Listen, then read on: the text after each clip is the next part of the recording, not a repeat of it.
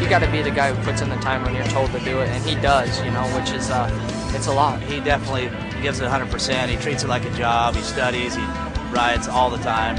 Championship's what's important. To win every moto is probably cool to him, but to have the number one plates is probably most important.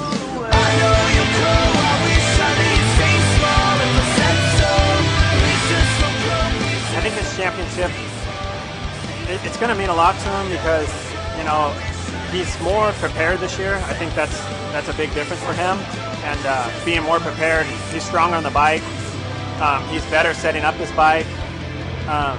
He's been in some bad places in the last few years in this championship, you know, and he's had some bad crashes. And just the whole year coming into it, he was ready. James Stewart, if you compare him to other motocross athletes, he's following the footsteps of some of the most dominant motocross riders ever. But if you compare what he's doing to riders and athletes in other sports, his win record is phenomenal. Very few sports can any athlete seriously step onto the court or onto the field or onto a racetrack and say, I will win today. And that's what James Stewart has been able to do in 2008, for the most part, the majority of his career. Very, very few times where James Stewart has ever been challenged by anyone, let alone been beaten. In 2008, probably more so than ever, James Stewart is so dominant that pretty much everyone at the racetrack, and from James to his competition to all the fans at the fence, pretty much know this is James' day to win. I don't think there's many other sports or many other athletes that are truly that dominant.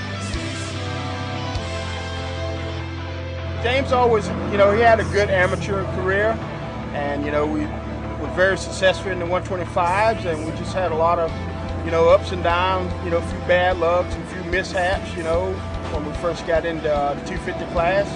And, you know, we paid our dues, and, you know, sometimes it's paying off, I think. So far, the season's been going pretty good. Since the last time we talked, you know, it was in Glen Helen and starting it out, and it's pretty cool to start it out, you know, kind of not knowing where we was going to be at, and being here now.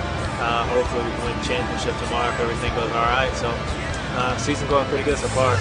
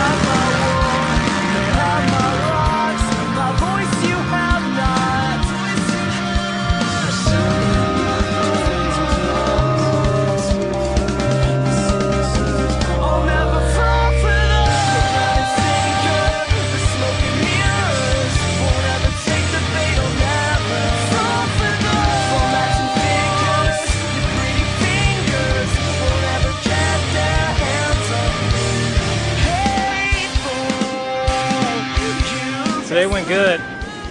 2008 motocross national champion, so can't ask for anything better than that. You know, especially like I said yesterday, what we started off with, what we ended up at is pretty special, and can't ask for anything better. Congratulations, bro. It's a long time. Took a long time, didn't it?